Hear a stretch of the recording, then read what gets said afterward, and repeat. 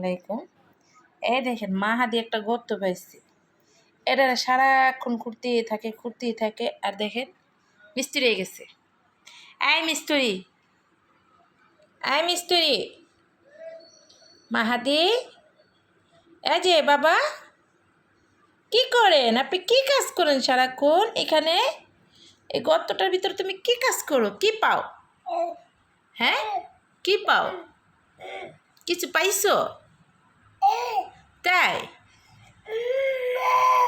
বাবা কো? তুমি বাবার ভয় দেখাও কিভাবে? একটু দেখাও তো, একটু ভয় দেখাও। কেমনে দেখাও বাবা? আমি ভয় পাচ্ছি। এইভাবে বাবারে ভয় দেখাও?